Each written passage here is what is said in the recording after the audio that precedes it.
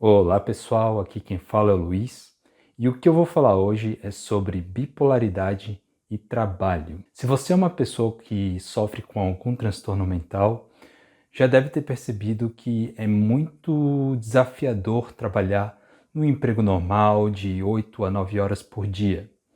A gente sofre com muito estresse ou então sofre com preconceito de outras pessoas também. Então é muito desafiador para uma pessoa não apenas com bipolaridade, mas com esquizofrenia, com transtorno esquizoafetivo e depressão. É muito desafiador estar no ambiente de trabalho, assim como conseguir um bom trabalho.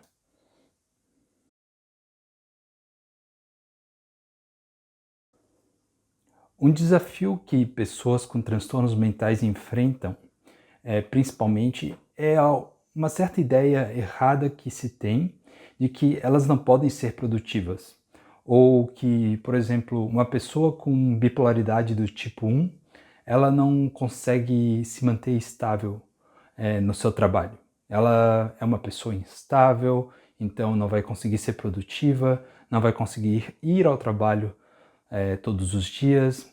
Então, por isso, pode ter gente que até pensa, é melhor que ela fique em casa sem fazer nada, do que atrapalhar no trabalho, né? Mas isso não é verdade, porque se dadas as boas condições de trabalho para aquela pessoa que tem um transtorno bipolar, dadas as boas condições de trabalho, ela consegue ser muito produtiva. E eu penso que não é o caso da maioria das empresas ainda de darem boas condições de trabalho para pessoas que têm algum transtorno mental ou algum transtorno do neurodesenvolvimento. Não é comum, pelo menos pelas minhas experiências que eu tive nas empresas que eu trabalhei, pouco se fala de saúde mental. E tem empresas que até falam sobre saúde mental, mas é meio que para fazer um marketing da empresa, para a empresa se passar por boa empresa que, na verdade, no fundo, não acredita naquilo que fala. Outro desafio são os horários flexíveis, que são muito importantes para as pessoas com bipolaridade. Existe variação de humor. Eu, por exemplo, num dia quero acordar 8 horas da manhã, outro dia talvez eu queira acordar 10 horas da manhã. Então varia muito o humor. Por causa da depressão, por exemplo. A depressão talvez tu queira dormir mais. E quando você está em euforia, você dorme muito menos. Então, se fosse possível ir para o trabalho às 6 horas da manhã, você iria. É, então, é muito importante entender que uma pessoa com bipolaridade, principalmente, ela às vezes precisa do horário mais flexível. Eu já trabalhei em empresa com horário flexível e para mim foi muito bom, foi perfeito. Eu conseguia trabalhar bastante, fazia o que eu gostava e tinha um horário flexível. O horário flexível me ajudava muito a manter a minha produtividade, que também era muito boa dentro daquela empresa. Um quesito que é desafiador também e que pode parecer que afeta todas as pessoas, porque de fato afeta todas as pessoas, é o estresse. No entanto, para a pessoa que tem um transtorno bipolar, o estresse pode ser muito, muito difícil, porque imagina que talvez uma pessoa que não tenha transtorno bipolar, se ela tem se vê numa situação de estresse, ela talvez consiga segurar, consiga fazer um controle emocional adequado, mas uma pessoa com transtorno bipolar talvez não consiga controlar tão bem as suas emoções, fazer um controle tão adequado das suas emoções, o que pode levar à crise também. Então, o excesso de estresse é uma coisa ruim para a pessoa com transtorno bipolar. Por isso também é importante saber escolher que tipo de trabalho. Talvez isso seja meio que um privilégio para alguns, né? Porque algumas pessoas talvez tenham que trabalhar no trabalho que vem para elas, que aparece para elas e não trabalho que elas querem. Mas enfim, o que eu quero dizer é que algumas pessoas com transtorno bipolar precisam encontrar um trabalho que se adeque às necessidades dela e que se adequem a ela, como se fosse o trabalho que elas gostassem de fazer, para que assim elas tenham menos estresse no trabalho, tenham uma motivação além disso para trabalhar, uma motivação além do salário, e ela evite esse estresse extremo que pode desencadear uma crise, inclusive. Na questão da pessoa que tem transtorno bipolar, como eu, e que ao mesmo tempo tem o autismo, tem-se o desafio para a comunicação. É bem desafiador para mim me comunicar no ambiente de trabalho. Eu expressar o que eu quero dizer, sem às vezes dar uma volta inteira sobre aquela questão que eu estou explicando. Ou então, quando eu explico uma coisa e a pessoa entende outra totalmente diferente. Isso requer muita minúcia, requer entender muita minúcia, às vezes ser muito detalhista no que você está falando. Além do mais, uma pessoa como eu, talvez por conta do autismo também, ela precisa entender que ela é mais literal. Eu sou mais literal, entende? Então, eu meço cada palavra que eu falo. E eu, na minha cabeça, cada palavra que eu falo, a pessoa ela está entendendo. E por causa dessa literalidade, eu falo talvez algo do tipo: o cacto vermelho é bonito, mas na verdade a pessoa entende que o cacto é bonito. Mas eu estava falando do cacto vermelho que é bonito, não apenas que o cacto é bonito, eu estou falando que o cacto vermelho é bonito. É uma forma que eu estou querendo explicar a minha literalidade. E no geral, as pessoas não entendem que eu estou prestando atenção em cada palavra que eu falo. Então, é um dos desafios da literalidade e da comunicação dentro do ambiente de trabalho, talvez também por questão da bipolaridade e também do autismo. Algumas estratégias para buscar emprego ou para conseguir trabalhar como uma pessoa com um transtorno bipolar é encontrar uma empresa em que você é compatível. De certa forma, aquela empresa ela tem que conseguir acolher pessoas com transtorno bipolar.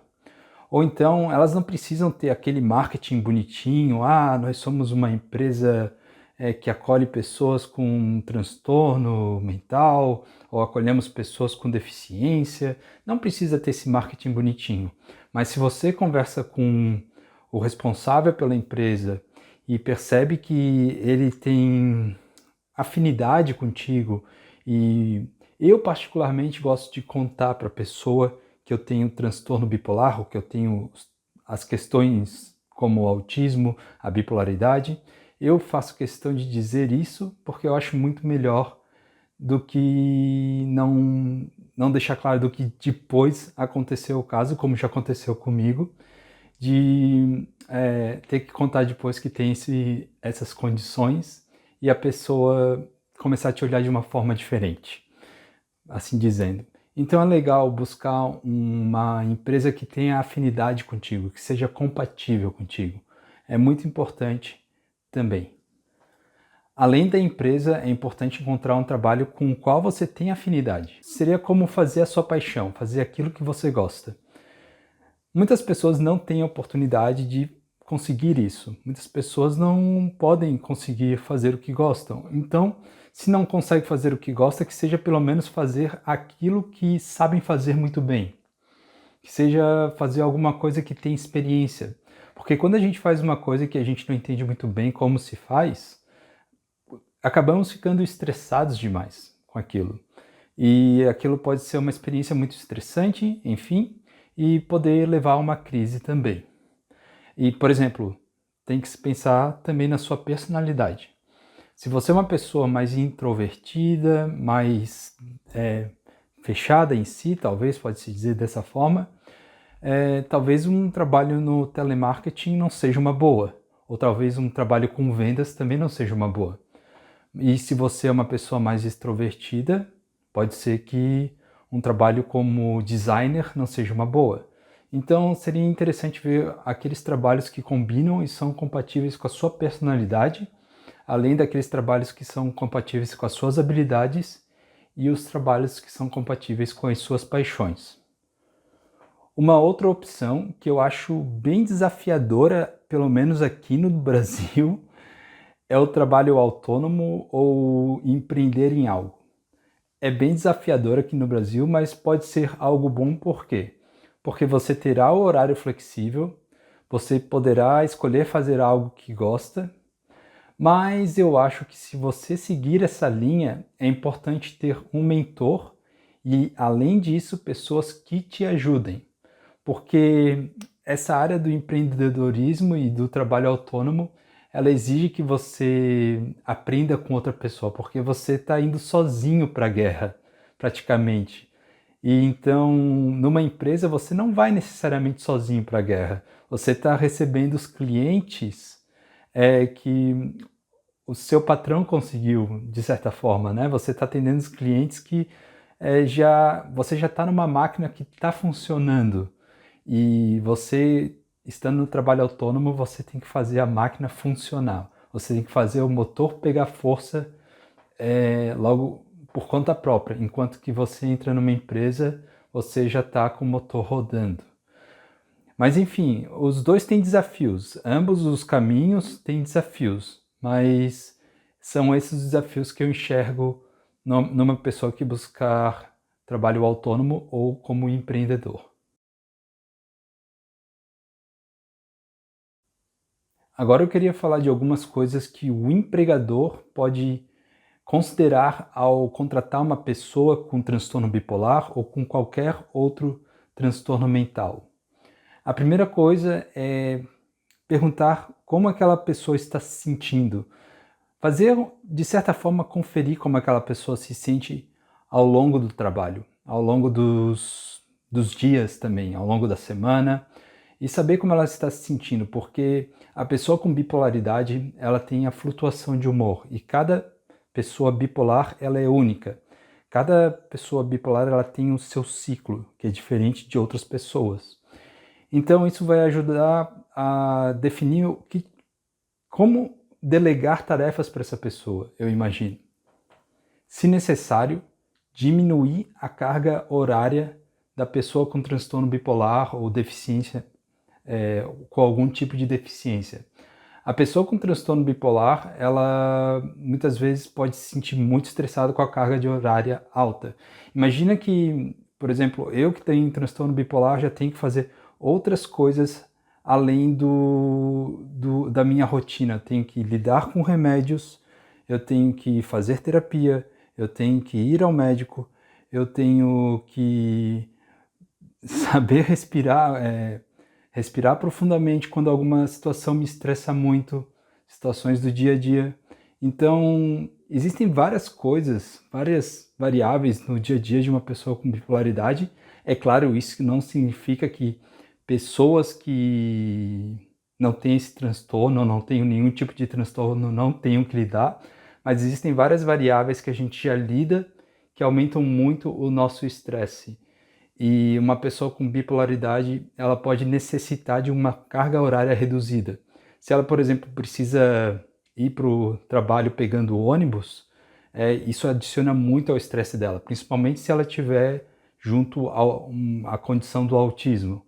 Então, a pessoa com bipolaridade, ela pode necessitar de uma carga horária reduzida, porque ela tem menor condição de lidar com excesso de estresse, dependendo do caso, para que então ela consiga ser produtiva de uma forma saudável também. Talvez ela não consiga produzir muito, mas ela produza com maior qualidade.